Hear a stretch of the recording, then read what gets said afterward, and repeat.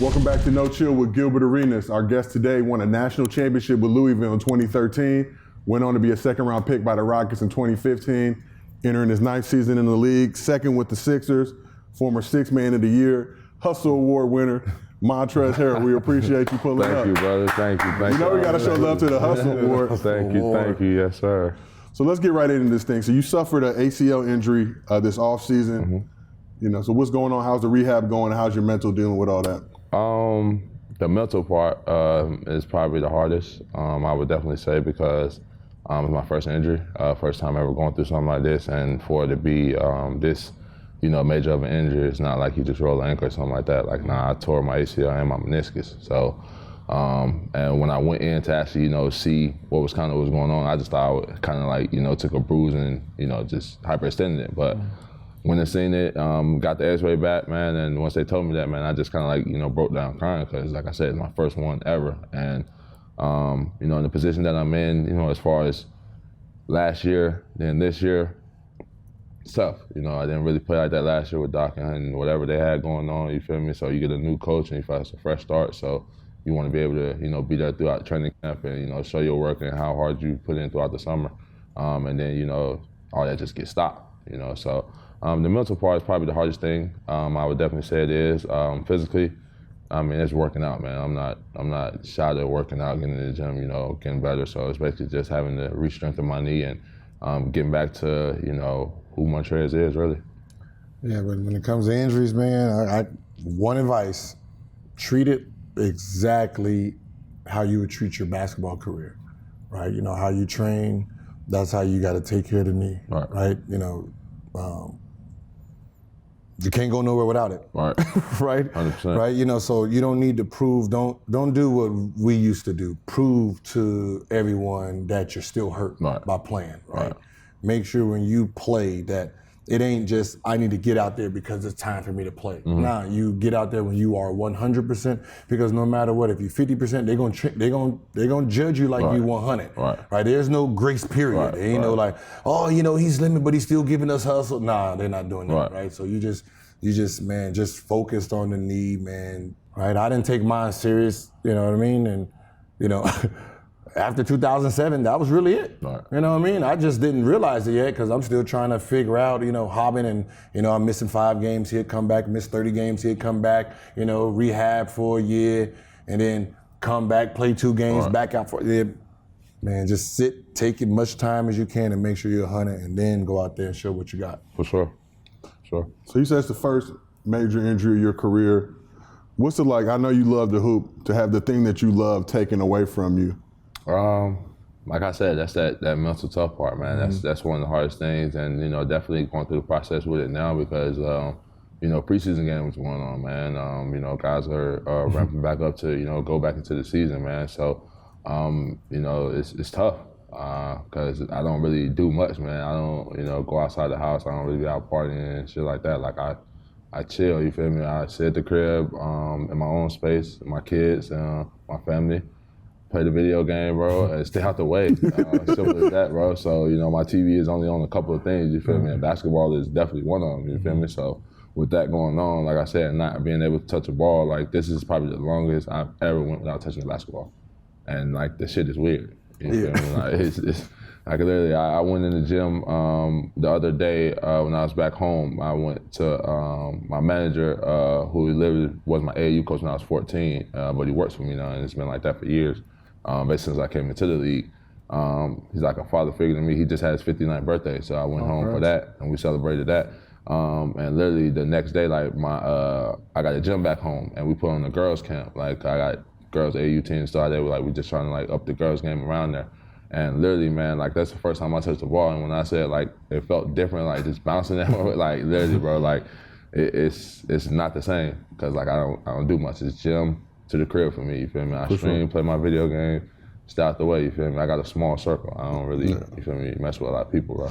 Shit, me either. Yeah. I know, not good, you don't either. Yeah, it's hard. Man, it's hard. It's not even gonna lie, man. You're gonna, You're gonna have those ups and downs, just mentally, right? Just because of games are gonna be played, and you know what I mean. You fly and hit, they left. You got to stay home, rehab. You know what I mean. It's like you kind of get left, and you feel like like they move it on without you. For sure. Which is forget. Especially when it's like a brotherhood. We get to laugh together, and this is the time where they laugh and.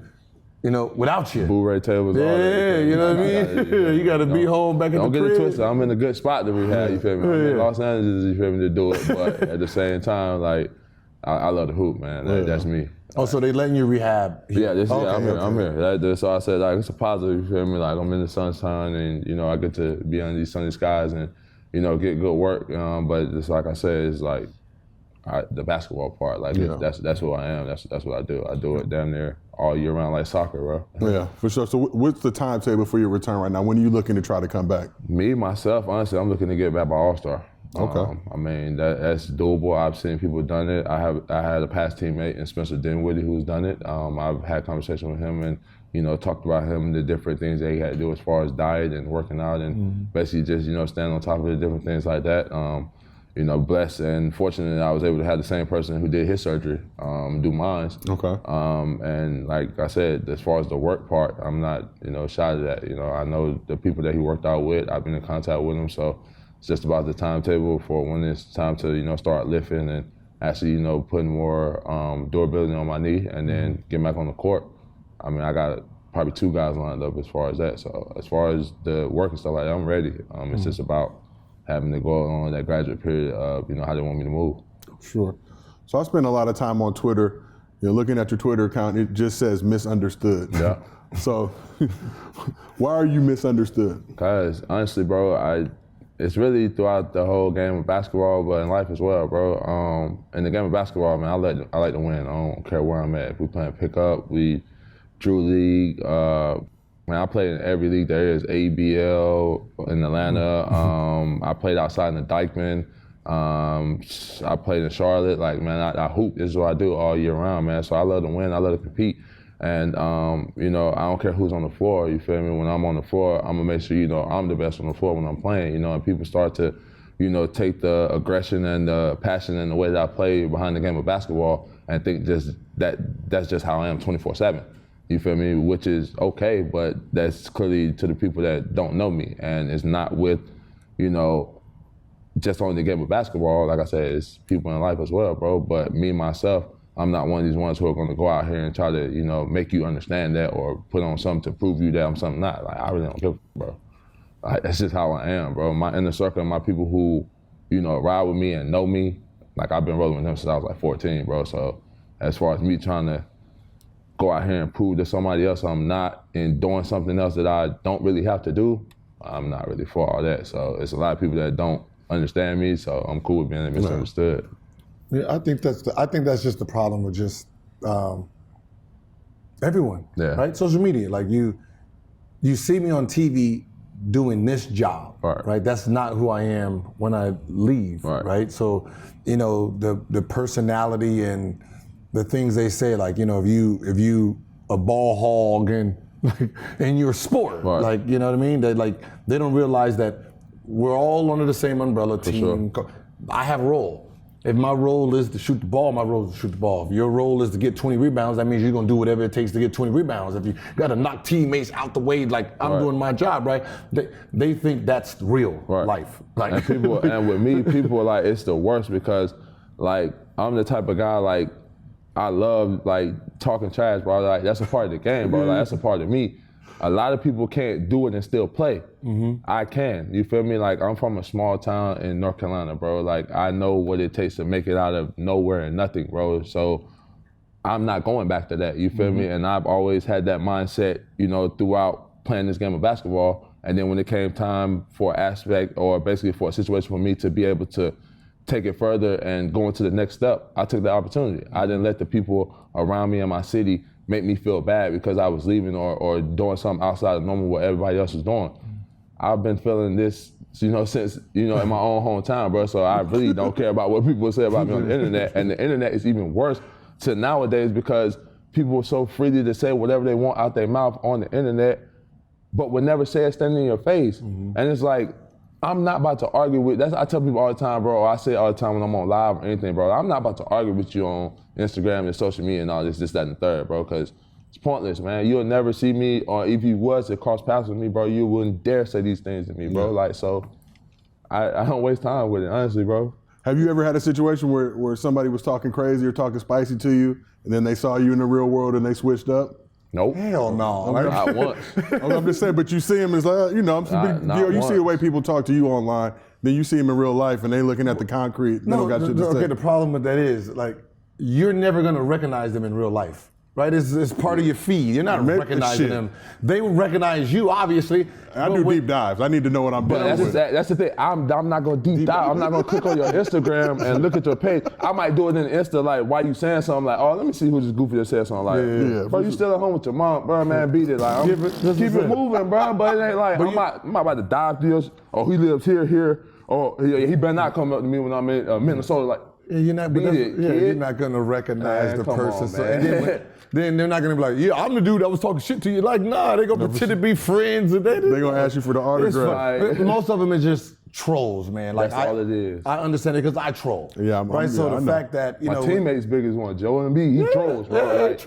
Like I've literally gone from, like, even when that instance I had with him when I was on with the Wizards and we knuckled on and stuff like that. We literally laughed about it in the locker room afterwards when I got there, literally probably like 2-3 weeks after the started preseason and stuff like that. Like, we literally joked it out. He made a comment about it and something like that, and I literally was like, yo, you was joking, right? Because I was really going to beat your ass that day. Like, ain't no ifs, ands, buts about it, bro. Like, we joked it out, you feel me? But he's an ultimate troll, and he's told people that, bro, and it's okay. But literally, the way social media has went nowadays, you've seen it. You feel me? Progress through the years and stuff of how it's went, bro. And it's ultimate trolls now. Like, it's to the point where it's not even worth even wasting your time, bro. Like, cause even back to what Gil said, bro. Like, people see us in this sport and where we are, they just automatically think or know that we living the best life just cause we got this much amount of money or this dollars or whatever we're doing.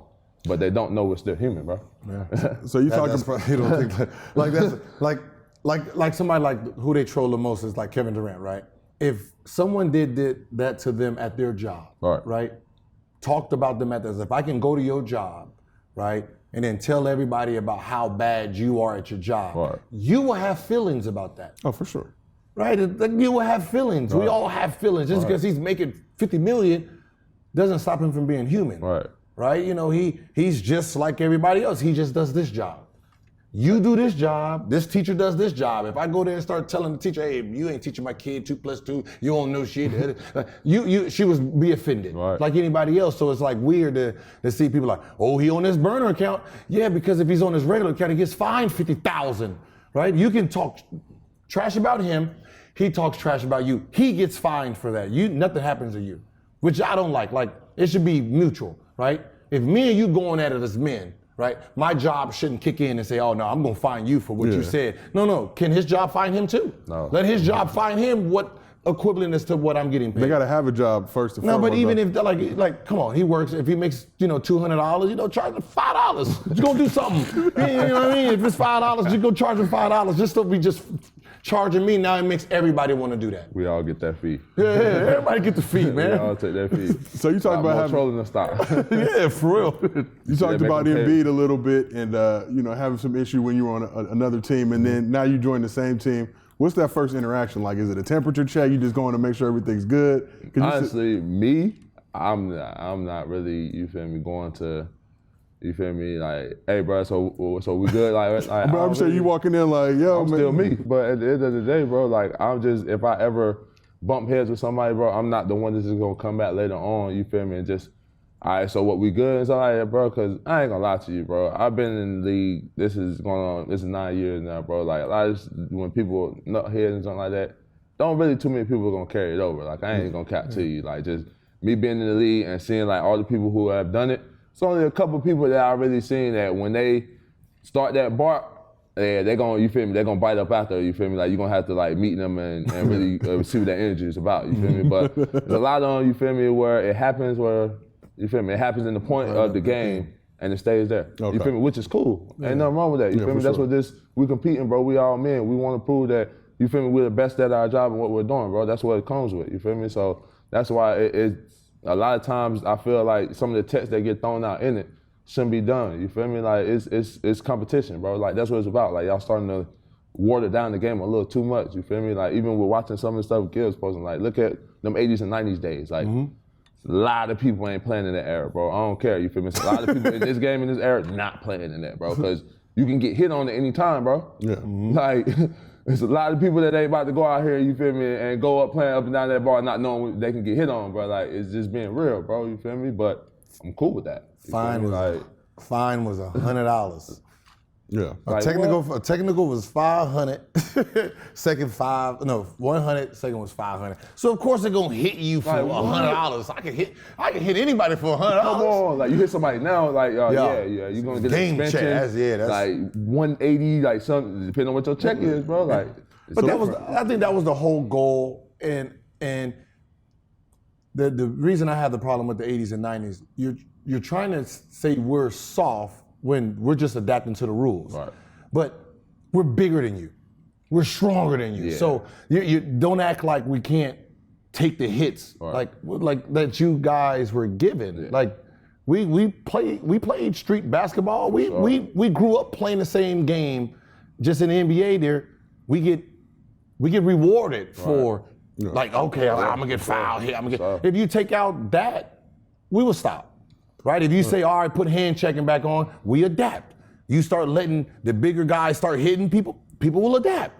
Right? It's not saying like the people like in our game now couldn't play back then. Like yes, they could play, but it's just the fact of the matter is them having in that mindset that like, a lot of these people that you see talking trash in today's game, you might not see them talking back in that era. That's the facts. Like, that's what I'm saying. As far as playing wise, listen, it's a whole different far as strength and conditioning. You feel me? Guys doing moves like Steph Curry is a whole different nature of shooting the basketball. Like they can play in the game back then. That's not the issue. It's a part of the, you feel me? Like I said, of being able to trash talk and play the game. Yeah, a lot of people. See the trash talking because back then they hit you. Yeah, it's just you gonna play the game. So do you feel like guys nowadays aren't as tough, or are they just more financially conscious? Like if you weren't getting fined a game check to go out there and do the same things you could do in the 80s, 90s? Honestly, I don't think it's about being either one of them, bro. I just think it's just not who they are as a basketball player, bro. That's why I say it's just about being able to talk trash and still be able to play the game. You feel me? Not a lot of people will be able to do the both. Some people will start being able to talk and get lost only in the talking. Now they don't miss the pin down they supposed to set, the back screen they supposed to run. You feel me? Like I think it's just about that. You feel me? It's just like it's not in their game to talk trash and still play the game. You feel me? Some can do it, some can't. Yeah, that's a skill. It definitely is. That's a skill. Like definitely is. Like the Draymonds of the world, the guys like that. For sure. Sam Cassell, Gary Payton, Michael Jordan, Larry Bird, right? Like it's their skill. That's what they were. They gonna get up under your skin while they're doing, but they're still gonna be doing what they do while you're now like you want to fight them. You feel me? So now your whole game is thrown off. Is there any guys like that in the league today still? I know it's probably not as many as back then, but are there any of them still? You know, that get under your skin like that? Yeah, like Draymond, Joel. I'm just thinking as far as like my position. Karl-Anthony Towns is one of them. Okay. Wow. He can talk trash and keep playing? From my perspective, I've seen him do it.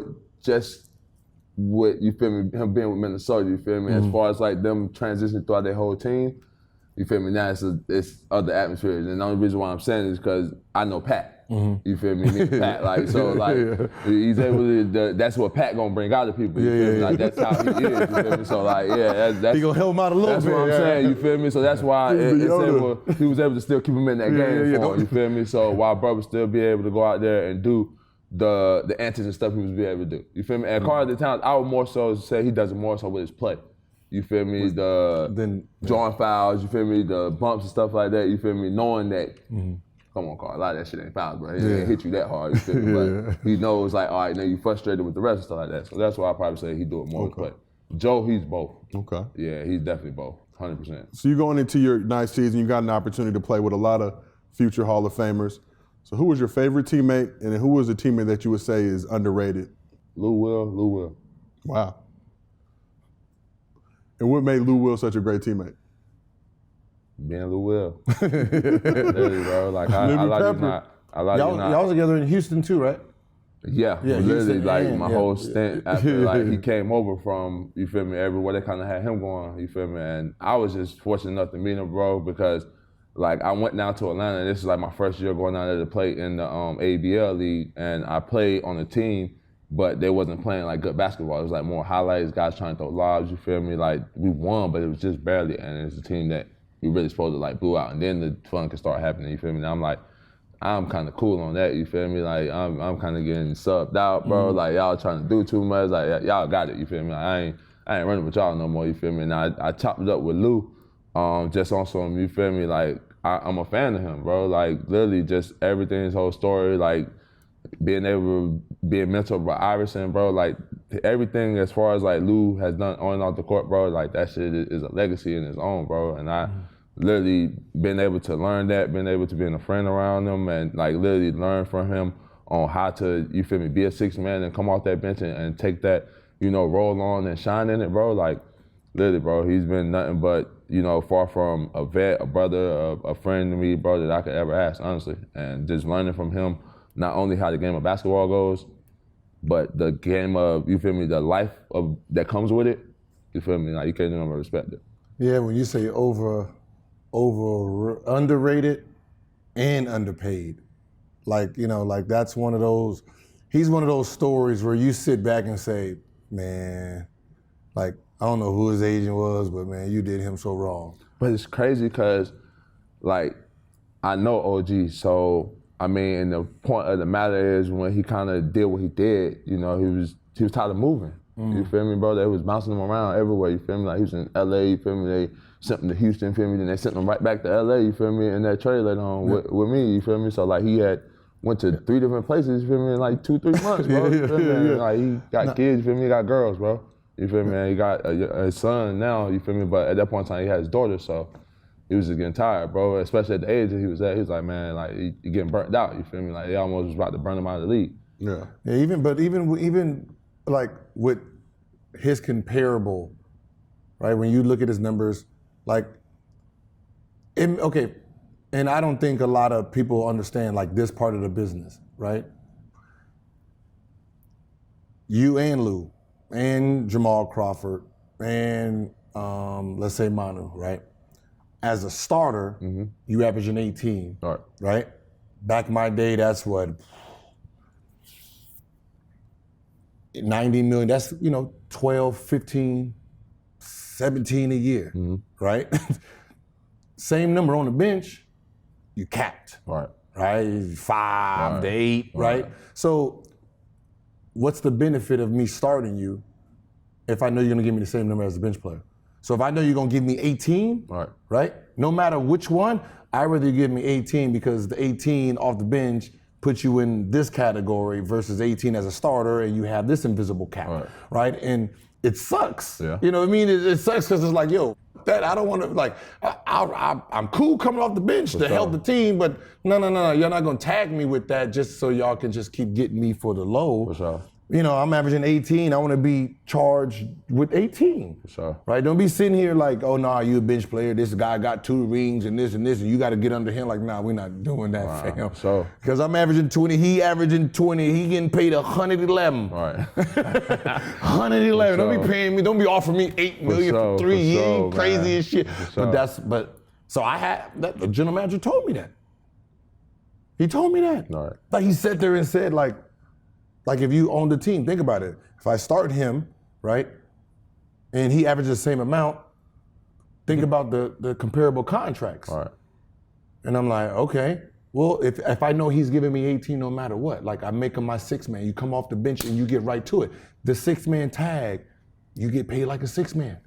Cool, right? It's cool. You know, and I'm sitting there like, makes sense, but when you start looking around like, damn, that's man, dirty game. It's dirty game, man. No more than that. I ain't had that talk. See, that's wild. Like if Lou started, he would have been what? He'd have been an all-star.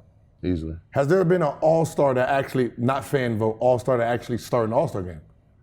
Was it 6th man? As a 6th man. I don't think so. I don't think so. Right? You see how they you see how they handicap, but the same 20 points as a starter. Then you gotta think, we ain't even, to be honest with you, we ain't even in that running on our team a lot of times because like you be the 6th man, so honestly you on the team with some stars. So the all-star is only, you're already going by that star on the team, so we ain't even in them talks, to be honest with you, brother. So trust me, listen. Cool to see your name go out there. Nah, definitely, that's fine. You feel me? Like I didn't see my name go out there. You feel me? It's talking about against the vote and stuff like that. But honestly, I knew I won't. Yeah. So that year, that year where three of the players they wasn't starters, but they started, right? And I remember when it was Clippers got the number 1 scoring bench in the league. No, there's 2 players. Right? It's not the bench. It's just 2 players, bro. It's just they both averaging damn 20. That's it. It's not. It's not the bench as a whole. It's just 2 players. We ain't all do this. Right? It's just them 2. Yeah, and then it was the starters. The starters is ranked 25. Yeah, because they got 3 players who don't score. You take these 2, you put them as starters. Now that's a different team, right? It's a different team. Now you manage it exactly, but the problem is, your starting unit don't start off as fast as it's supposed to, because in theory, how many teams are going to start off really fast, right? How many teams are going to start off really fast? Right. So I can put these guys in, give them some time, and then I can bring guys off the bench at the, if we in trouble, 10-minute mark, normally 9-minute mark, right? If we playing well, maybe 8-7-minute mark, right? Yeah. That's how you would do it in theory, but I'm just start them, get that power going first, because nobody has a better starting 5 across the board if you just put them 2 as starters and then just manage your bench.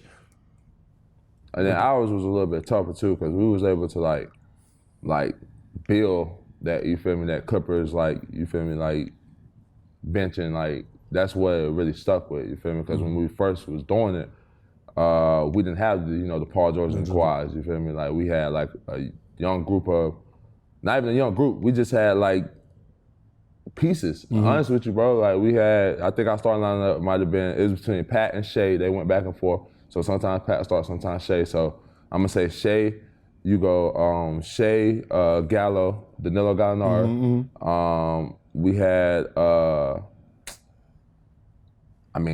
it's tough because I was there for a couple of, you feel me? So it was Blake, DeAndre, you feel me? Shea might start, Gallo, and then we would mix around with that 2 spot, you feel me? Sometimes Austin, you feel me? Sometimes, you feel me? Lou might start, we would play around with it, you feel me?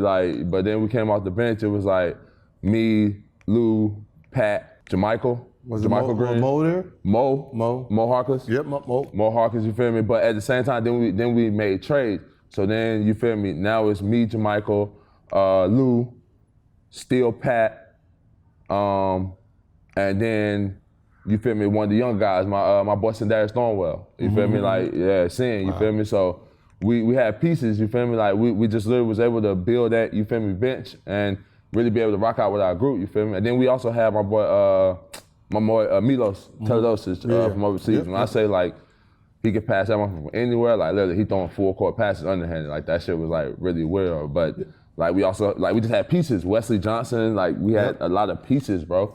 And then once we got a superstar, I don't think they really knew how to really manage that shit. It came too much of a wave type shit, bro. You feel me? And it kind of ended up changing everything we kind of had low-key built. You feel me? Pieces start leaving piece by piece. So I think that's what no one really paid attention to.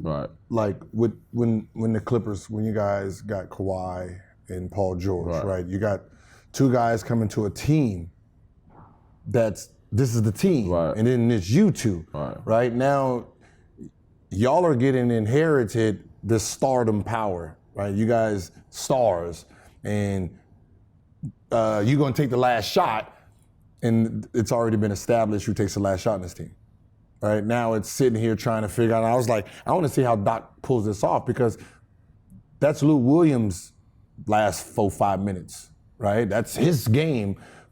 How you gonna? who this play gonna go for? Because I know, Kawhi's done hit shots in his career, but he's been doing it for 15 years, right? So it's trying to figure out how they gonna manage all of this when there's already an established group. I think they got the All-Star votes, but y'all was playing every game, right? Closing out, yeah. Not just every game. Kawhi didn't play a lot that year. right? Didn't he? The 2018 year, or was it? Yeah, didn't he miss a lot of, like him and Paul missed a lot of games that year. And when they first came? Yeah. And I was like, they getting All-Star. How they make the two All-Stars coming off the bench? When they first got there, like they kind of like got hurt, you feel me? And then the next year is when we was like really, you feel me, moving, but like in bubble. Yeah, it was that bubble. I'm talking about the year before that. I was like, the two All-Stars is like that very first year they came, like they was in the rotation, you feel me? But at the same time, PG was dealing with his shoulder, and I think K was still dealing with his knee. You feel me? So then they was kind of like in and out, you feel me? And then we was trying to like manage to like, you feel me, get it into the playoffs, and so they can kind of, you feel me, bump and shit like that, you feel me? But they was like hurt, you feel me? So then like that next year we came back, we had a system, like you feel me? That first year that was there, it was like trying to figure it out, like just like any team, like you get great pieces and great stars inside there, but you still gotta figure out how to use it. So that's kind of like how that first year kind of went, you feel me, with them first coming over. We was trying to figure it out, you feel me? Like trying to figure out who's gonna start. Like I said, we were still moving pieces, man. Like we ended up losing Mo, Shea left. Like we lost a lot of different pieces, you feel me, and traded around. So we really was regelling the team. So that first year was like that learning curve, you feel me? And then that next year we came back, we was really grooving, but the bubble, you feel me? COVID came up, you feel me? And then I think that really, that really saved a lot of people, man. I ain't gonna lie. So I ain't gonna lie. I want to ask you about that. Your former Clippers teammate Terrence Mann said recently that if there wasn't a bubble, the Clippers would have won the chip that year. Do you believe that? Oh God, stand on that. Stand on that. Why do you think that? What? Won't nobody beat us in 7, man. Won't nobody beat us in 7. Like we was locked in, bro. Like you gotta think, bro. We had to take off a month, almost 2 months, and not play. Where people was almost had to sit in the house, or we couldn't go in the gym. Like that. Like now you starting to ramp it back up, and now you just say we're gonna do a bubble. We're gonna, you feel me, cut off the last little part of the season really, or play these games as like a warm-up game. Like, you feel me? Like people now, we gotta move. We like bro, come on, bro. Like after being sitting down for like a month, bro, like come on, bro. Everybody don't got that same paycheck to keep these same trainers and stuff to be able to work out throughout the same, you feel me, that month time while we out. Like, is that really what it is, that once the season ended, majority of the team just really thought we wasn't coming back, and then they just wasn't in the gym? So when it cranked up another month, it was kind of like, God damn it, we kind of off, while everyone else was like, I think we coming back. So, I mean, honestly, I think so, cause you gotta think, bro. Like, we was damn near like bonded for certain stuff. We couldn't, like, we was working with it as best we can with what they let happen. But once again, like, everybody's not set up the same way, you feel me? So we still can't stay on that consistent workout base of how we were doing if we was constantly going in the gym, you feel me, getting that gym access, but we couldn't even really go in the gym, you feel me? At least not all at the same time, or be in there with the culture, like, so now people gotta train themselves to work out by themselves, bro, so like, that's tough, you feel me? Then on top of that, even when we got in the bubble, people was talking about leaving it. With all the violence and stuff that was going on, you feel me? So it messed up a lot of mental, bro. Like, you feel me? And then I'm not even gonna lie, I was really messed up. Like that's the year like I won 6 man, but I ain't gonna lie, I was really checked out, bro. Like I really wasn't planning on going back to the bubble. You feel me? Like I had something totally traumatic happen to me. You feel me? Okay. Like I lost my grandmother. Okay. You feel me? Like that's why I left the bubble. Like little people know, I didn't play no warm-up games. So after being off a month, going into the bubble, everybody having the warm-up games, I was off 2 months. Came back, got quarantined for like 5-10 days, and was having to try to get my win in that and go right into playoff games. That's wild. Like, and people don't really talk about that component of it, because that made y'all quarantine. What's that like for you to just be locked up in a hotel room? I was messed up, bro. Like I said, I dealt with something traumatic happened to me. I lost my grandmother. I lost somebody that was like my world to me, bro. Like somebody that I literally still play and do a lot of things in my life for and honor, you feel me? And when you lose somebody like that, and I was in the extent like I wasn't able to say goodbye. I wasn't able to tell my grandmother goodbye. I still deal with that mentally to this day. I'm still not okay off of that. I have my days here and there, you feel me? But I had being in a 4-wall room, dealing with that on your mind, like, that's tough. Nobody there with me, you feel me? Not my lady, not my kids, not my dad, you feel me? Not my mom, my brothers, like, I could talk to them on the phone, but nobody's there with me physically. Like, it dawned on me, bro, like, it's tough. Like, yeah, you get to get out of this room and go play basketball for a 2-hour period, but you're coming back to these 4 walls. You damn near can't even be around your teammates. Like, you had to open the door and talk to your teammates throughout the room. Like, we literally texting on the text message, like, hey, yo, peek your head outside the room. Yo, what up? Y'all good? Y'all was in jail. Like, yeah, that's what it was, bro. Y'all was in jail. That's what it was, bro. And, like, have something like that happen to you, you feel me, and being in a 4-corner space, like, yeah, that's what I felt like. Yeah. I don't think people understand, like teams, like what being an athlete really is, right? It's the locker room, it's the plane ride, it's the courts, right? Those are the times where we all are together enjoying each other, having fun, like talking about what we did last night, what we're gonna do when we get to the city. So when our careers is over, it's just us, right? Us and our thoughts, right? With our family, trying to figure out this family life. Well, when you go into a place where you're cut off from your teammates and your family, and it's just me and my thoughts. If you're not on the same wave as, all right, we got a game today, and it's like, I ain't playing. Now, if you ain't playing and coach messing with you, you by yourself thinking about that, and that's the worst. That's the worst thing to do. You ain't got a teammate to be like, oh, don't even worry about it, sure, we're gonna do it, you know what I mean? When I get in the game, I'll pass you the ball. So, none of that. You by yourself, sitting there with your own thoughts. That's a scary place to be. Yeah. That's a scary place to be. And then it wasn't just me. It was me and 2 other, you feel me, primal pieces that dealt with things throughout that bubble, you feel me? Lou ended up leaving as well. He lost somebody in his close circle as well. You feel me? Had to come back in quarantine. That's the whole thing when they say he was in like the old strip club and all that. Like, so it wasn't just me that was dealing with stuff going on, you feel me? So have all that happen, we have to deal with that, but it's only by yourself. You feel me? Like, yeah, you can talk to your family and stuff like that, you feel me? But these guys are older, you feel me? Lou is older, they're more established, stuff like that. Like me, you feel me? I was in a younger stage, you feel me? Like, I was still, like, what, 26, 27, type shit, so that's tough. You know the Lakers, we together. Yeah. Look at this. They had their own little cut in through doors. We're gonna talk to each other. Here he go, man. You know, we've heard those. They were still getting it in. This guy go. They were still getting the workouts. They were still gonna get the workouts in. Yeah, I don't care about no quarantine, none of that shit. Let's go. I don't know, man. I seen both sides, so I don't know. Nah, man, I respect. It's a little different on both sides, ain't it? It definitely is, yo. It definitely is. You feel me? As far as fandom and, you know, a lot of the perks come with it. It's different on that, you know. That red, white, and blue, and you feel me, and that purple and gold. You know, so I definitely say that. This episode is brought to you by BetterHelp. This time of year can be a lot, and it's natural to feel some sadness or anxiety about it. But adding something new and positive to your life can counteract some of those feelings. Therapy can be a bright spot amid all of the stress and change, something to look forward to make you feel grounded, and to give you the tools to manage everything going on. It's helpful for learning positive coping skills and how to set boundaries. It empowers you to be the best version of yourself. It isn't just for those who've experienced major trauma.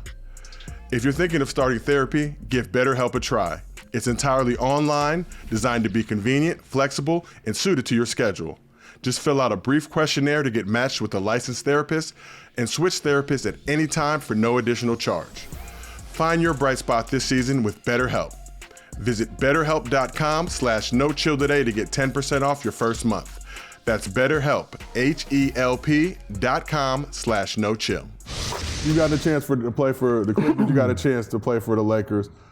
So what's like in LA as a Clipper versus life in LA as a Laker? For me, it was a whole lot of hate that went to love. You feel me? And then also love that went to hate. You feel me? So it literally, it was one of those type situations for me, man. And the crazy thing about it is, man, I did it, you know, because I never told people this, you feel me? But it's more so like, it was like one of those respect type things. I ain't gonna lie to you. Because after everything that took place with the Clippers and everything that happened, and we did that whole run, everything we did with the bubble, they didn't offer me to come back. You feel me? And I had, you know, a nice number to go and play for an organization. I won't, you know, say where, you know, but I didn't. I mean, not gonna lie, yeah, I would have got the money, but I've been around winning basketball for so long, man. You feel me? Like you said, I won one in college, man. And, you know, me coming into the game, you know, that's what I'm thinking the game is about, winning. You feel me? Don't get me wrong. You definitely should get your money now, knowing that. Yeah, knowing that, right? Instead of being down, you feel me? But I was trying to win it, man. I wanted to win one, man, because like my whole mind process is if you win one in this league, you feel me, the money will come. Like that, you're gonna get, you know, paid for what you do here. You feel me? But it's not that thought process, man. It definitely is. And I think that's where people got confused on what I was saying. Like I turned down, like my max deal was 127. Mm-hmm. I turned down $16 million for Antoine, so Antoine can get paid, so we can keep our team together. So I sacrificed for the team. I'm telling you now, as a grown-up, nah. Take that 127. Because what ends up happening is I'm saving $16 million for you. They not giving you the 16 that I'm giving to you. They keeping this 16, still negotiating with you on the number. And I'm sitting there trying like, yo, what? How you do? This? No, I gave them 16 more million. What are you talking about? Well, you know what I mean? So it's they didn't give him the whole 16? No. Did not know that. Okay. You know what I mean? That's what I'm saying. So it's more it's their profit that they don't have to put out. No. Right? This is not. Man, people don't realize this is a business, right? 100%. You have the wealthy of the league and then the brokers of the league, even though the broker's still a billionaire. But there's two different, right? Now, how do you make them play on the same field? You put a cap in where he can't overspend and just grab every player, and you don't have to overspend to keep your own player. So there's this balance, right? It's a balance. So if I'm making $50 million and that's my profit, I don't want to give it to these players. So hey, y'all take pay cuts to win some championships. Y'all take it so I can keep my profit and keep it moving, right? That's how this business is. And I tell you, listen, we should think just like them. They're trying to be billionaires. We need to start thinking the same. For sure. Be billion. If you're worth $500 million, try to get the $500 million. Because you turn down $5 million, when you done and you have to be a businessman, and you're trying to make your first $4 million, that is hard. That's a hard $4 million that you got to try to build, and that's what I'm coming from, and I'm the one who took the sacrifice. So I'm telling you now, nah. But yeah, me and my situation, like I said, they didn't offer me. They not, so people don't realize that too. That like sometimes when people move, nobody don't know that. Like you feel me? Like Deion said, was it personal at that point? Did it become personal when they didn't offer you? And did the Lakers seem like that's the outcome? All right, y'all don't want to offer me. I'm gonna stay in LA and I'm gonna go. Yeah. Okay. To me, I'm not even gonna lie. That's exactly what it was. I'm not even gonna lie to you. That's exactly what it was. Because like you gotta look at it, bro. Like that bench quest and everything that we did, like, bro, I still have fans that see me to this day while I'm out here rehabbing, bro. I was just at the Aces game, and I had so many fans tell me, like, man, your Clippers day, bro, like, we still love you, like, bro. So, like, we built that, bro, like, blood, sweat, like, locked in together coming off the bench, bro. Like, so for us to go ahead on and do that, and then me, myself, when we feel like when you get the guys that you was aiming to get, and then it's kind of like the guys that, you know, laid this foundation, it's kind of like you said, well, yeah, we kind of done with y'all. Yeah. You feel me? Like, that's tough. You feel me? And where I was looking at, bro, going across the street didn't look too bad to me. The team we had didn't look too bad to me. And I ain't gonna lie to you, that first couple of months we was out there, it didn't look bad either. You feel me? But, you know, that it's a different front office. You feel me? They started grabbing other pieces. Guys started trying to just go with it. As I said, it, like when you sit back and you start realizing, man, like, it's more than basketball. 100%. Right? It's, you know, like when people talk about, you know, this person's a champion, this person, they sacrifice, like, y'all don't know what y'all talking about, None man. of it, bro. Like, no matter how much you train, how good you are, man, if they think there's a better deal out there, a better player, or someone that fits, your legacy's gone. Your legacy is gone just like this. A coach that comes in that thinks he has this idea of what you should be, your legacy is gone. Right? And, you know, there's only a few players in the league that really have that power to withstand changes, from the front office to the assistant general manager to a coach or assistant coach, right? Let's say your head coach messes with you, your assistant coach don't. And then he gets fired and he gets hired. Who you think gets screwed there? You, the person they don't like, right? You know what I mean? So there's a lot of moving parts, and people don't realize, like, oh, you didn't want to win. I worked out 4 times a day, hours, till my hands bled. I'm in the gym 3 o'clock, first one there, like last one gone. I'm there more than the security. I know every angle on that court.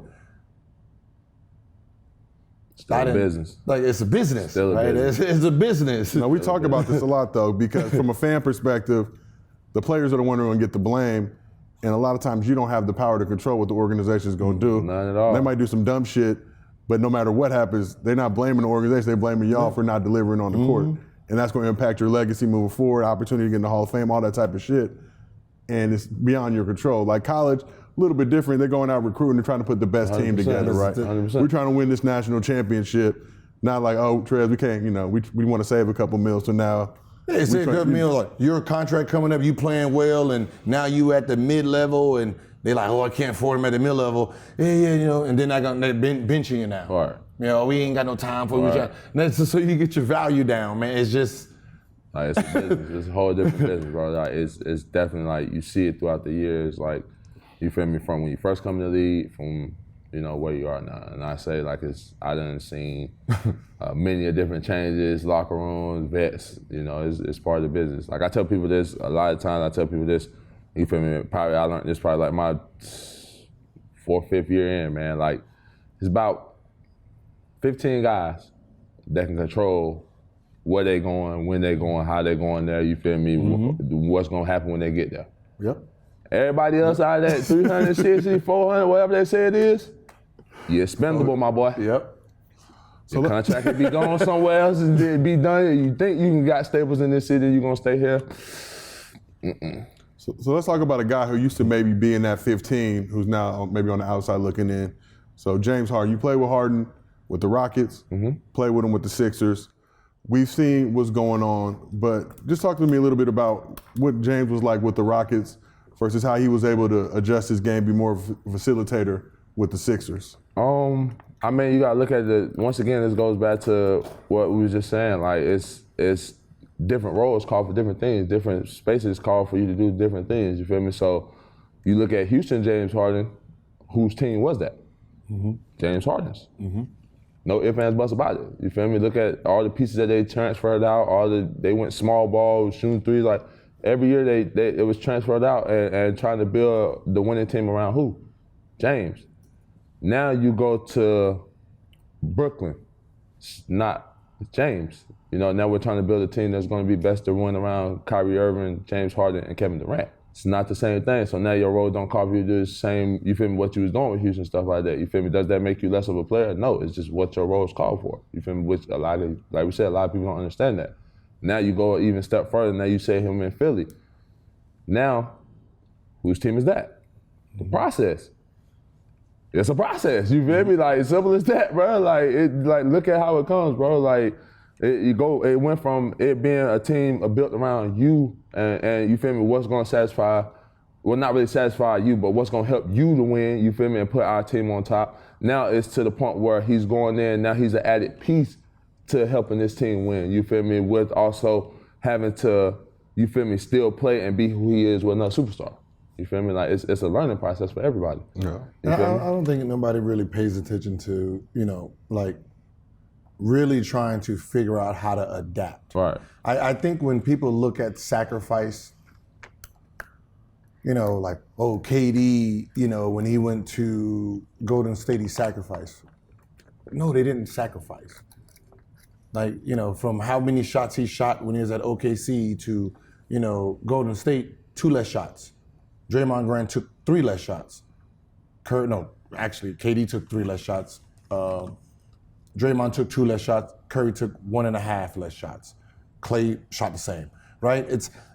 We're spreading around to everybody else because all of our talents recommend that. So it's not like I need to sacrifice more shots. Like, it's just, right, this is what you do. All right, when I do my pick and roll now, I have a roller now, right? So I don't need to come off and shoot. I have a roller now. Boom, ready? Because if I keep hitting him, his man won't try to double me. Now I can shoot, right? You play the game, and people don't realize James actually sacrificed. That was the problem.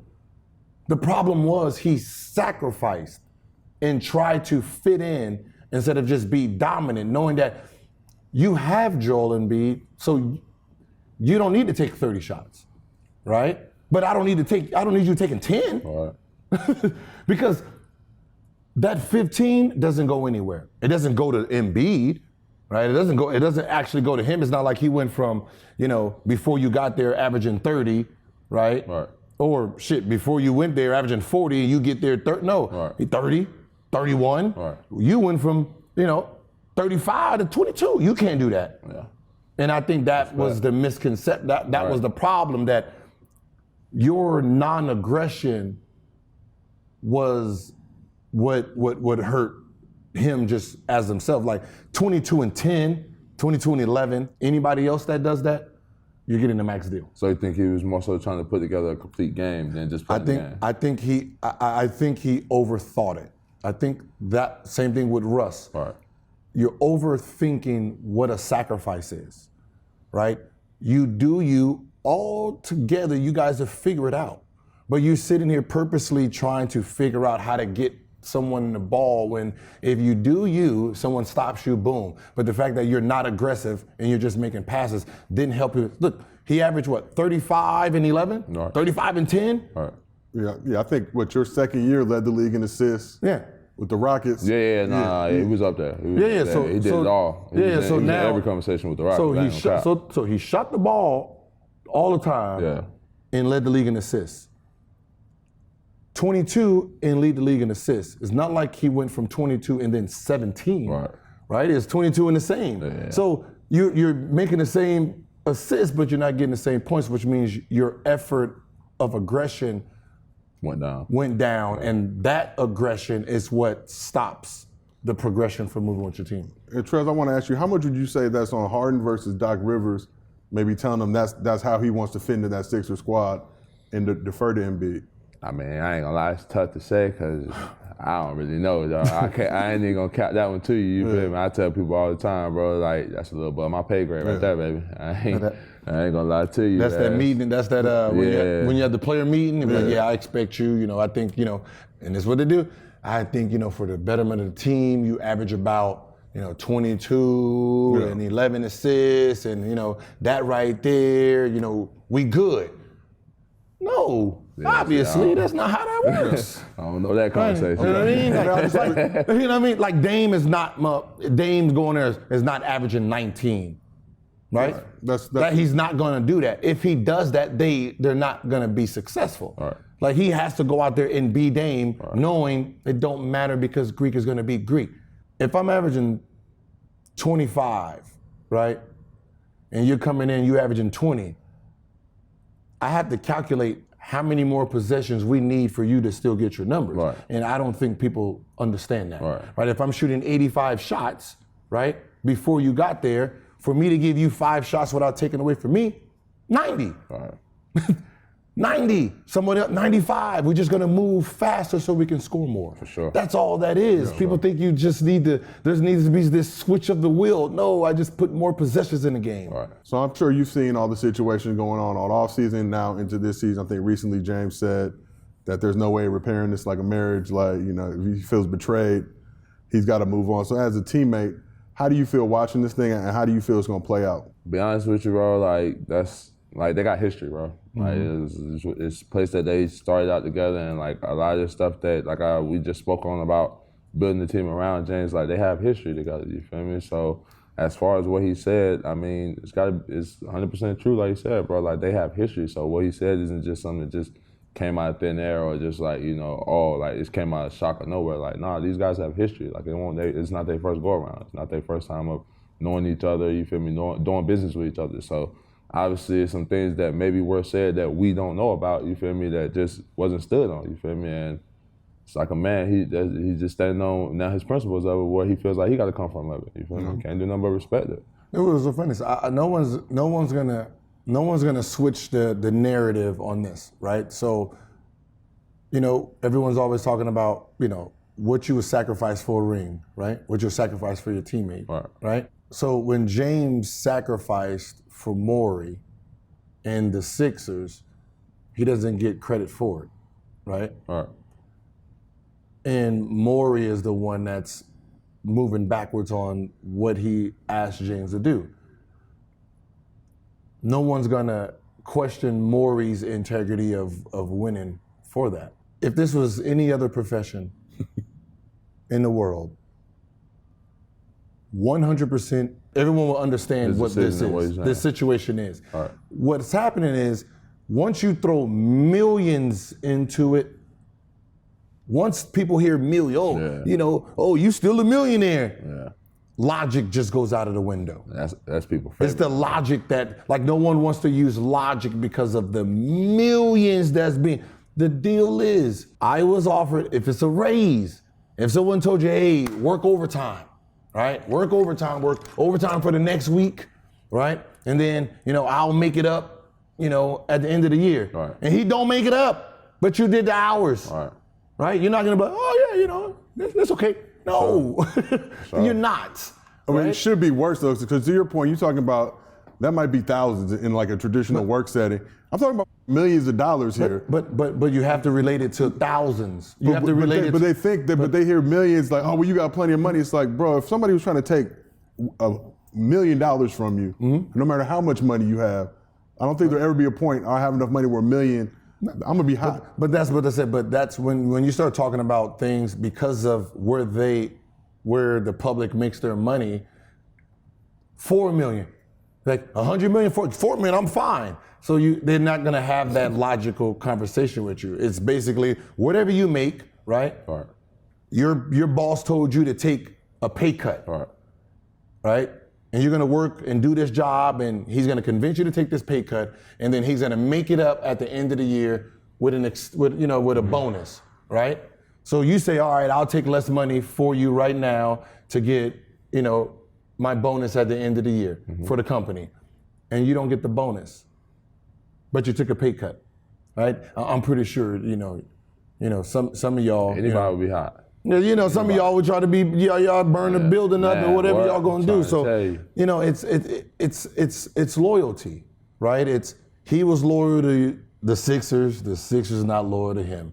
The only reason he took this pay cut is because the history. But you wanna know what's even crazier with it, bro? Like, everything that the media is saying and portraying and shit like that, it won't be like that in the locker room though. Like, he's still gonna, you feel me, as you saying, he's gonna do his work, he's gonna still come in, he's gonna hoop and shit like that, you feel me? He's not gonna go out there and like try to jeopardize his team and no shit like that, you feel me? Like, he's still gonna play the game of basketball, you feel me? He's just letting it be known that, you feel me, this relationship is not one of those things that's a repairable, you feel me, type relationship. So that's what I was gonna ask you. The media kind of projects this image and portrays this image of Harden, but what is he like as a teammate? Like, we go back to game 1 against the Celtics, he's out in Vegas turning up, but comes back 45-piece.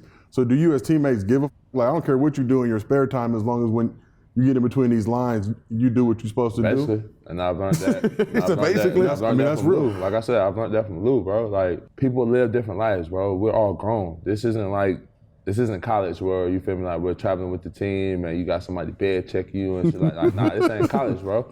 Like, like, a lot of people don't understand that as far as players. They don't understand that coming into the league, and they end up getting left behind, or basically slower coming on because they're not equipped with being adults.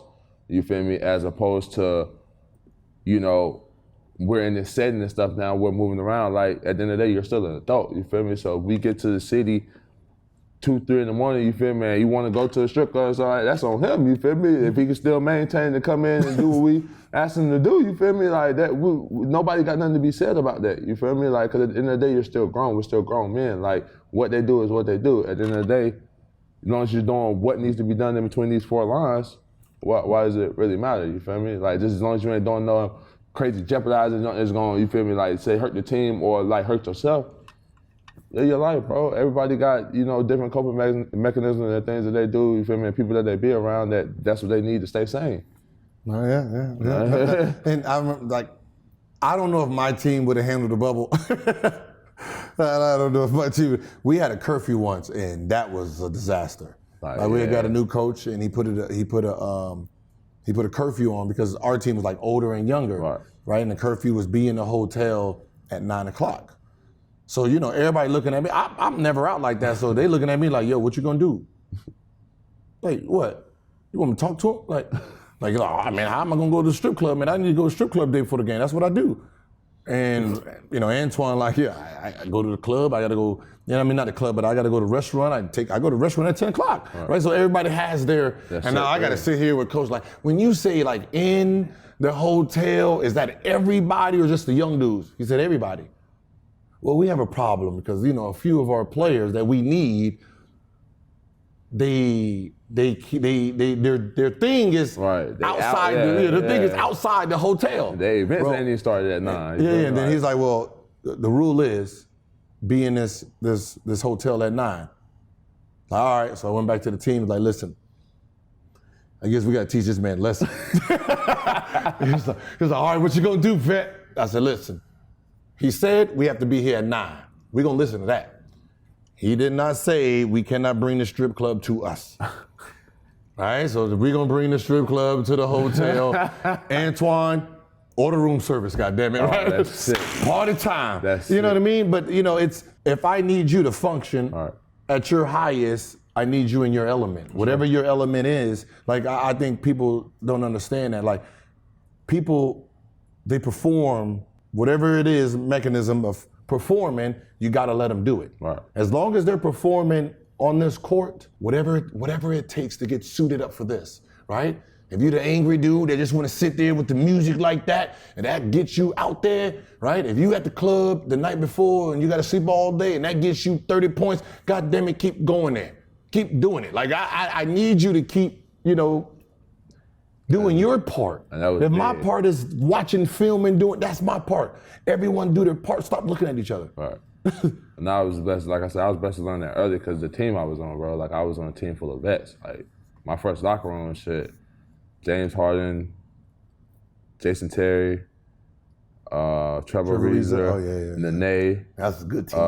Josh Smith, Mike Beasley was on that team, Ty Lawson was on that team, Lou was on that team. Whoa, y'all had fun. That's what Whoa, y'all had fun. Corey Brewer was on that team. Oh yeah, y'all had some fun. Like, come on, bro. I had vets, you feel me? Don't get it wrong. Like, they live, you feel me, real ones. Like, but that's real ones, you feel me? That's what I respect out of the most. Like, they really taught me how to, you feel me, come in and actually handle this game. You feel me? Like, I tell people, like, all the time, you feel me? Like, Lou Will and Trevor Ariza is probably one of the best vets I could ever have. Don't get me wrong, I got great vets, you feel me? I don't look at Bees as a vet. That's like my best friend type. So I don't really call Bees a vet. But I was around great vets, bro, that actually taught me how to come along about this game, you feel me? And then like when I was able to meet Lou, it's just able to enhance. This holiday season, you might be looking for nutritious, convenient meals to keep you energized on jam-packed days. Factor, America's #1 ready-to-eat meal delivery service, can help you fuel up for fast breakfast, lunch, and dinner with chef-prepared, dietitian-approved, ready-to-eat meals delivered straight to your door. You'll save time, eat well, and stay on track with your healthy lifestyle while tackling all your holiday to-dos. With Factor, skip the extra trip to the grocery store and the chopping, prepping, and cleaning up too, while still getting the flavor and nutritional quality you need. Choose from 35 plus weekly flavor pack meals that support a healthy lifestyle and meet your meal preferences. Factor's fresh, never frozen meals are ready in just 2 minutes, so all you have to do is heat and enjoy. Looking for special occasion meals during the holidays? Level up with Gourmet Plus options, prepared to perfection by chefs and ready to eat in record time. Enjoy premium ingredients like broccolini, leeks, truffle butter, and asparagus. When you're too busy running around to plan lunch, Factor has you covered with lunch to go. Effortless, wholesome meals like grain bowls and salad toppers that are ready to eat when you're on the go. No microwave required. Head to factormeals.com/NoChill50 and use code NoChill50 to get 50% off. That's code NoChill50 at factormeals.com/NoChill50 to get 50% off. I don't think Trevor's an LA guy. Right. We went to UCLA together. I've known Trevor since he was a little kid. Don't think he ever gets the respect Not at all. that he deserves as a hooper. Not at all. But that's why he's been in the league so long. That's what I'm saying. Right? And that's why I'm learning from guys like that, bro. Like, you can say what you want about these guys, bro, but these guys played 15 plus years in this game, bro. Yep. Like, something I'm trying to do. So, like, I can't do nothing but try to learn, you feel me, the things that they did in order to equip to stay in this game. You feel me? They played in multiversal eras of it, you feel me, and survived, you feel me? Like, I don't mean, like, just got by. Like, no, they was on legitimate teams where there was pieces of, you feel me? Like, even all the way down to when TA left, he was on the Blazers, you feel me? Like, Lou, Atlanta, He didn't go out like, you know, trying to like somehow some of these guys went out like it's like, all right, now like it's about time for him to hang it up. Like, nah, he was still he's still a vocal piece. You feel me? So like you gotta respect stuff like that, man. No, it's wild with Trevor, second round pick, left UCLA after his freshman year. You know, kind of dealt some situations going into the draft. Wasn't probably given the most favorable love from the coaching staff. Okay, he won a ring. Yeah, but my point is. Last in the league for 16, 17, 18 years. So they do the dirt on his name? You know, it was like come back another year, help us here. Like, why I'm gonna do that? I can go, you know, get millions of dollars to go play basketball. But game is the game. Yeah. It's all good. Like I'm saying, he has said and was literally look at every team he's been on. He's been a major piece of that team. As far as defense, shooting threes, knowing what he do. So can't do him but respect it. So you won the Hustle Award. You obviously care and take a lot of pride in playing hard. What percentage of the NBA would you say actually does care? That's tough, man, because I can't speak for the man. It's tough, but it's like, when you see it on the court, like, man, this dude, he just getting a check. I ain't touching that one, man. I get it. I ain't shooting my dogs in the back, man.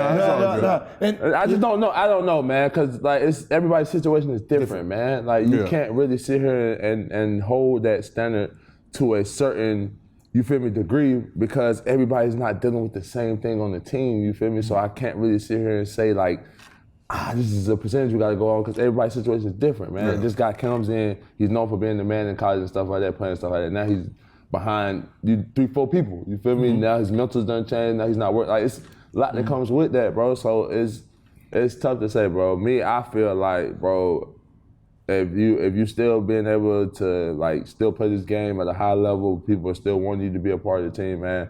It gotta show you somebody that you still got effort, bro. Is that you still putting forth effort, you feel me? Like, but at the same time, it's like just graded as a whole, I can't really give you that answer right now. Well, let's just talk about you. Like even with someone like Kobe, right? If we go off of Kobe's standard and let him rate everybody's F. Trash. You know what I mean? It's don't nobody work nowhere near him. No one, everyone's lazy. Even look at Mike.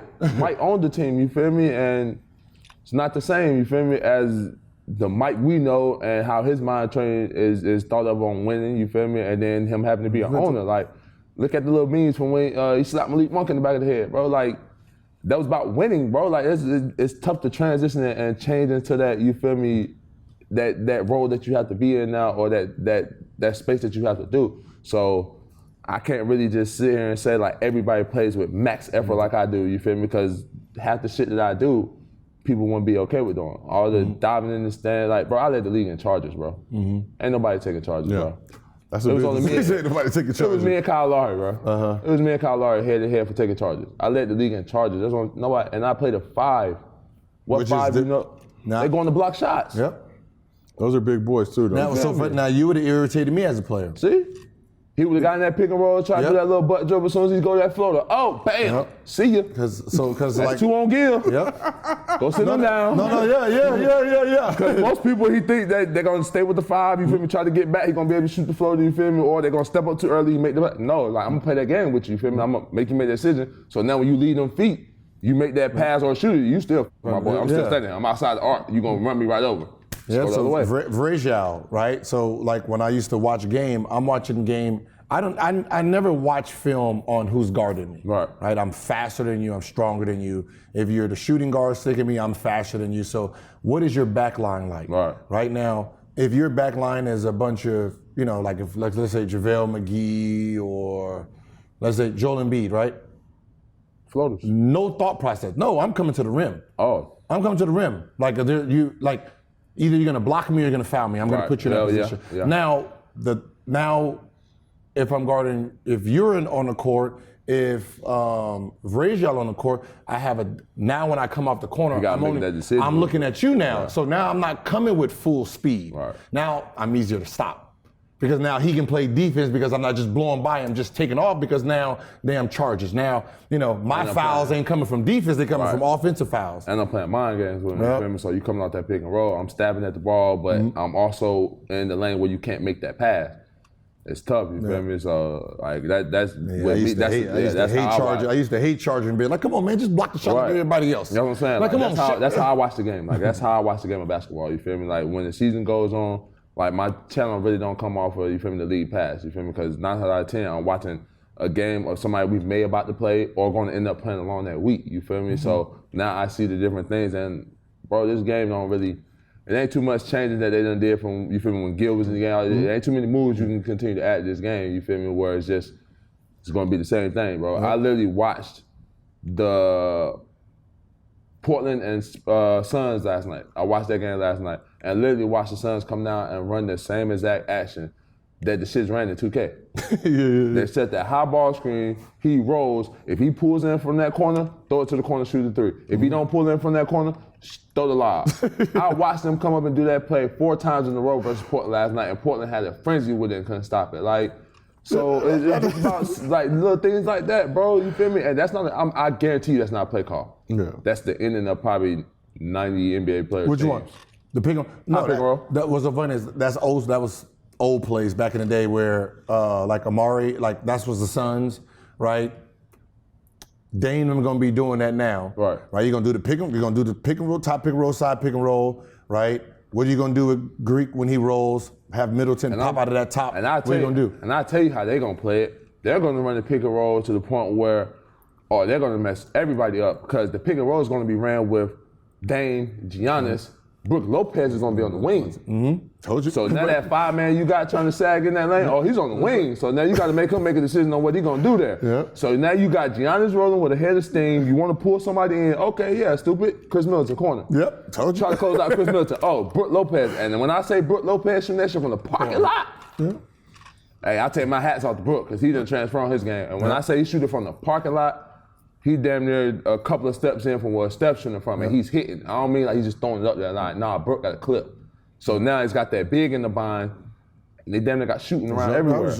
There was the same play I said. Like, what I would do. Someone challenged me on that. That's why a lot of people trying to get that line up to now turn it into switching. Yep. You feel me? Or switch 1 through 5, but like they still pushing the frenzies because now you got to rotate out. You feel me? Now you got the slot that goes with it. Yeah. See, like once the guard, it's like people don't realize once the guard started scoring, like to a point where it was hurting the league. Like 80s and 90s, that point guard wasn't actually trying to score 20, 30, right? So you can just go under, over, right? There was no real switch. Simple coverage. Right, simple coverage. It made everything easy. What happens is now when the guard started to turn the corner, like me, a little bit after me, because they were still trying to hard short sag and do all that, go over the top, like the guards that was coming right after me, right?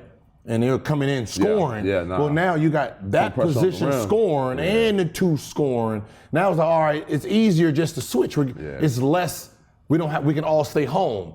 Now the guards are like, all right, switch. Let's get to work. Yeah. But the reason you switch is to stay out of rotations, right? And now that's the easier defense. We can stay out of rotations if we just switch 1 through 5. But at the same time, don't save you because you got a 5 rolling like Greek. You got a 5 rolling like Joker. You got a 5 rolling like Joel. You feel me? Even if they roll and they hit that, you feel me, touch the little, you feel me, painted area, bro. Like, you still got to make a decision, my boy.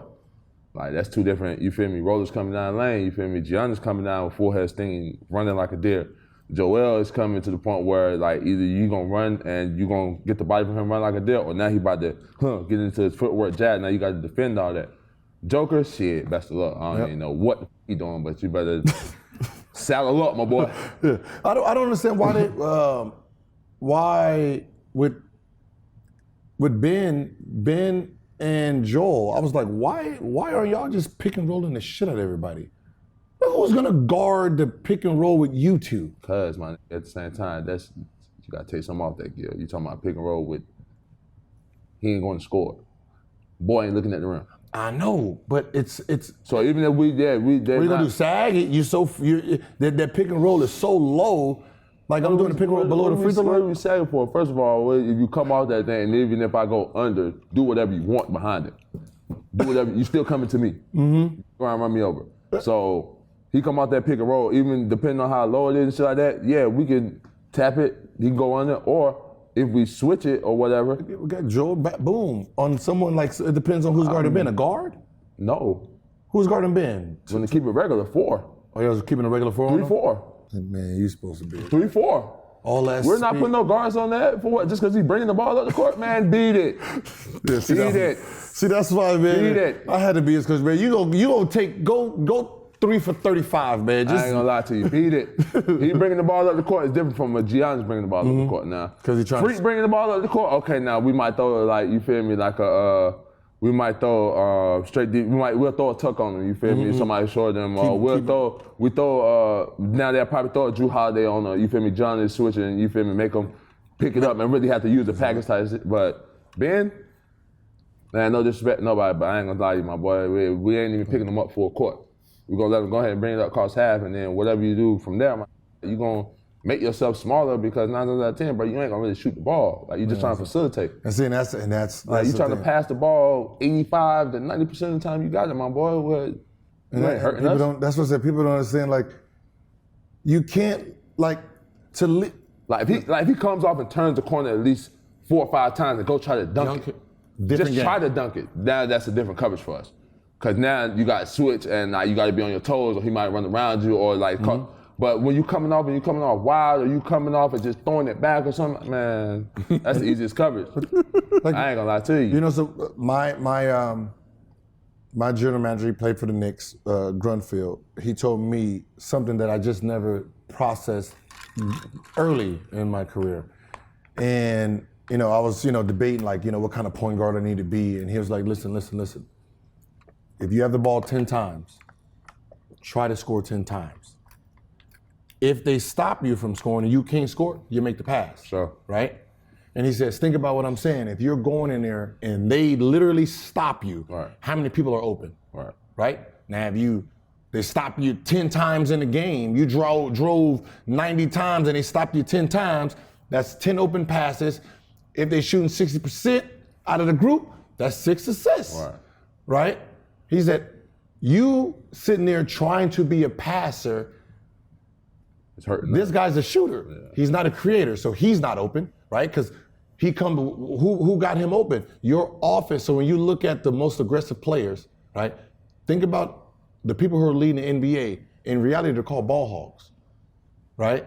Russell, lead the league in assists, right? Trae Young, lead the league in assists, right?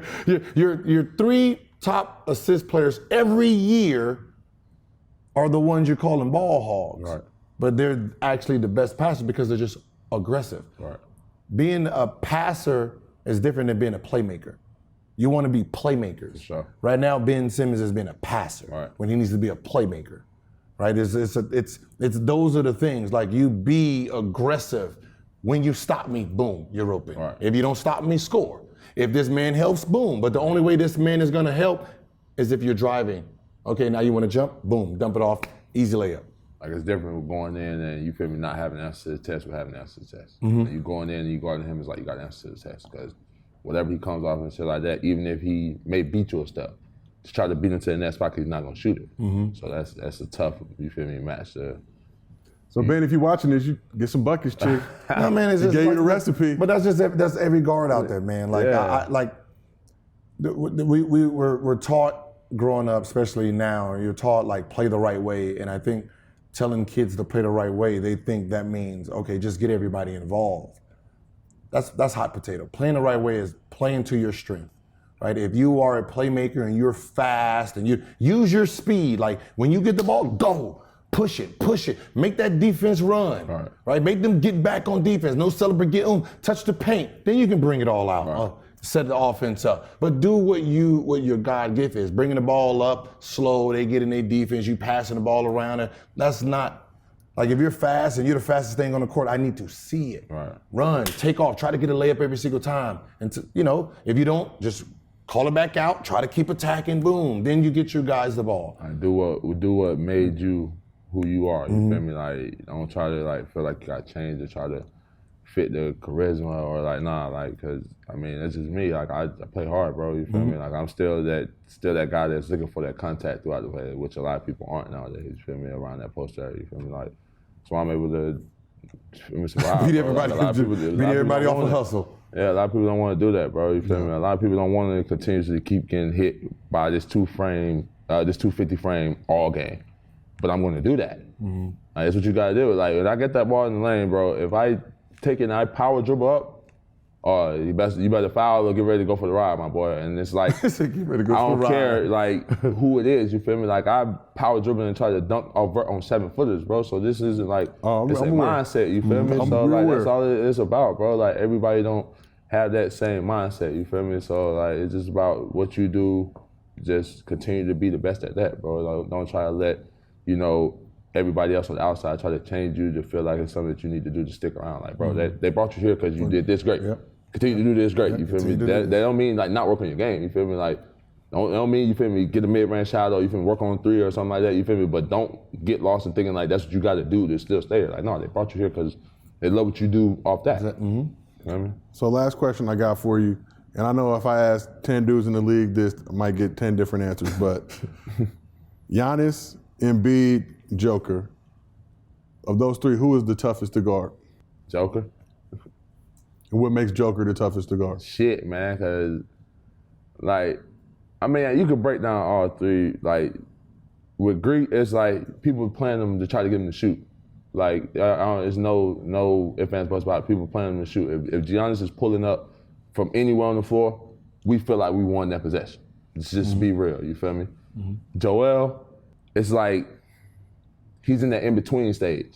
You feel me? Even when he sets that pick and roll, is majority of times gonna be to that short roll, to where he's gonna shoot the midi or he's gonna get in his bag from there, you feel me? Which still allows some help to come in, you feel me? But you know what he's trying to get to as far as like that short roll, he's trying to get to that bag to get the bucket, you feel me? Where like I would tell him even in season, bro, like, big dog, you make it a little bit harder on yourself. Because a lot of times you can just go ahead and roll that thing down.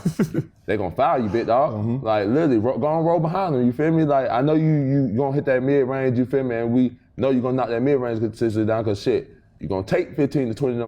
We know you're gonna hit it, you feel me? But at the same time, get yourself a couple of little easier ones, you feel me? Just go and run up behind them, because they're drawing that attention, you feel me? Like, they don't wanna leave you. So like, I told them that all the time. Like, even with, cause this thing, it's a skill for him to draw fouls.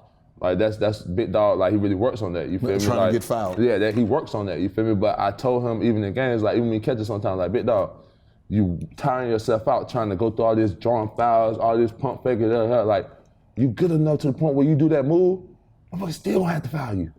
Like, just give him the move and get to what you want to get to, then show it. He's probably still gonna jump, you're still gonna get that foul, but dog, don't tire yourself out just overselling this foul, you feel me? Like, I used to tell him stuff like that, you feel me? As far as Joker, I ain't gonna lie to you. It's just he's doing so much, you don't know what's coming. Like, he might set a pick, catch it, one hand, throw it to somebody else who's cutting for a dunk, you feel me? Like, all right, damn, now you thinking like, shit, I'm supposed to have high hands on that, you feel me? Now he run around catching that mid-range post. He back you down 2 times with the bump, you feel me? He throw a wraparound pass to you to somebody shooting 3, you feel me? Like, that's tough guards, bro, because at the same time, he's choreographing this whole thing on the floor from the 5 spot, bro. And I ain't even talked about when he done going ahead and putting a bucket on you yet, you feel me? Like, he ain't jumping over a sheet of notebook paper, my boy, but ain't nothing you doing with that 280, 290 frame, my boy, and he's worked on it to the point where he's slimmed it down to the point where it's a fit frame now. Like, when he first started out in the league, people were just like, oh, he's heavy set, we don't think he's gonna stay around because he can't get in shape and shit. Like, shit. That shit's solid now, my boy, and literally, it's coming with so many footwork, fake spins, it's like, literally, my boy, like, you just gotta try to keep it in front of you, feel me, and hope some help come on for it. I ain't gonna lie to you, my boy, because literally, he's the type one, he plays overseas, bro, that gives them a different knack, a different, you feel me, culture of learning the game.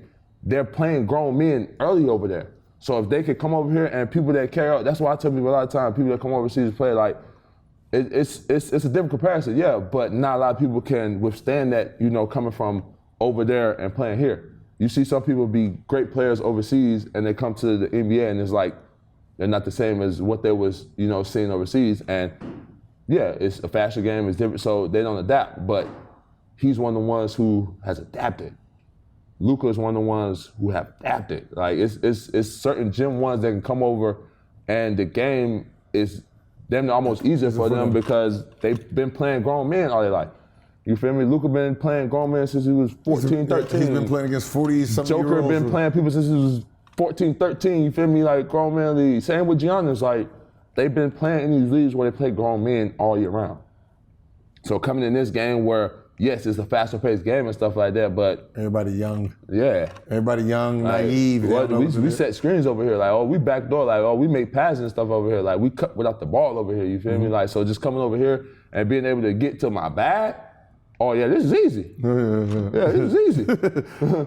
So everything you see him doing, like, bro, like I tell people all the time, like he got touched that is by far amazing, bro. Like literally anybody that's doing that off of spins, look like it's out of control, stuff like that, and he, boom, dropping it right up, bro. That's a headache, my boy. I ain't gonna lie to you. It's a headache. You said something that people don't really realize, and this is why I always talk about the rules, right? You penalize offensive players for creating and understanding the rule play, right? You said Joel works on getting fouled. Yeah. Like he practiced, like he spends, like any offensive player, I spend my summer trying to figure out how to get him. All right, I know when I play, if I go at this angle, he's gonna pinch through. If he pinches through, I can pull up because he has to, like I'm coming over, he's fighting over. If I stop, he's going right through my body. You know what I mean? Yeah. Like, we train, we understand the rules, we do that. So when you start like trying to make it easier for the defense, like we spend too many hours working on our game trying to figure out how to make it better for you to just say, all right, new change, we're gonna take this away from you so the defense can make it easier. Yeah, OG will tell you that literally he's one of the ones that they hurt and they didn't, well, they didn't really hurt, but they didn't understand how to call it no more. Lou. Yeah. That the one where the fade left, like he was infamous of that, but they didn't know how to call it no more. Like he's going over, you're riding him, and he stopped. Like the rule says, once a player comes up, you cannot have cannot have no contact with him. So if you're riding, fighting over, and he pulls up, and you're still like, this is a foul. Now try to guard that with him automatic fade to the left and wanting to fade to the left. So now you forcing them, pushing them off that screen, pushing them like, hey, rep, like what's, you feel me? Like they didn't know how to call it. Like literally. Like I understand like what they're trying to do, but you can't dumb it down because there's great defenders out here who know how to play defense. Right? You're watching game film, watching what a player does. Like you said it, I know what he does. I know he wants to fade natural. So when you're guarding him, you know what he wants to do to know not to do what he wants you to do. Sure. That's a smarter defender versus this guy keeps getting caught because he's just going to the game plan. Yes. Like you're letting one person be a puppet master and you're gonna say, all right, we're gonna dumb you down and make you fit with him. And he's like, oh yeah. How you guard him? Shit, I just stay in front of him. Like, this is who y'all helping. I just stay in front of him. What's called, it's a rule on DeMar. Like you go for a pump fade, like you pay a fine. Yeah. No lie. If you go for, and I don't mean like one pump fade, if you go for any one of his pump fades, like you get fined. And that's tough to say. Because DeMar gonna catch that, he gonna pump, jab, step through, pump, get to his move, pump, show it again. Like, my boy, go for what you want to. Yeah, 500. Yeah, 500. Yeah, gonna pay that fine, 500. Because we told you he's doing this. He told you he's gonna pump fake on every move that he does. You feel me? But you can know it's coming, but they still can't do shit about it, bro. Man, Muchinor has embarrassed me the worst on the pump fake. It's like, yo, he pump fakes, like he has that hezzy, like he has a hell of a hezzy. There was like, he's not gonna shoot the ball, he's gonna hit you with a hezzy, right? So, like the way he did the hezzy looked like he was really shooting that. And I jumped 3 times at it, like, and tried to block it. And it's like, yo, stop trying to block the shot. I'm like, all right, coach, I got it. Like, stop trying to block it, right? You can hear him yelling, do not jump. 3, 2, 1. I'm hearing 1, so he gotta shoot it, right? Jump, boop, he whop. Damn! And he was like, I just wanted to didn't shoot it, I just wanted to get you one more time. Yeah, sick there, that's what I'm saying. That's like, I knew, like, yo, you gotta shoot it at 3. I'm looking at the clock, yeah, I'm on it. And he pop. Had to get you one more time. I just drop the ball, like, man. Sick. Like I'm just sitting there, man. I feel so stupid, man. That's sick. Like literally, like there's people that have moves like that. Like literally, like, and one of the other ones they messed up with Lou is having the hand in the cookie jar. Is it? Because Lou is infamous for having the ball in the 3-point threat. You put that hand in there, he's just gonna go up and shoot.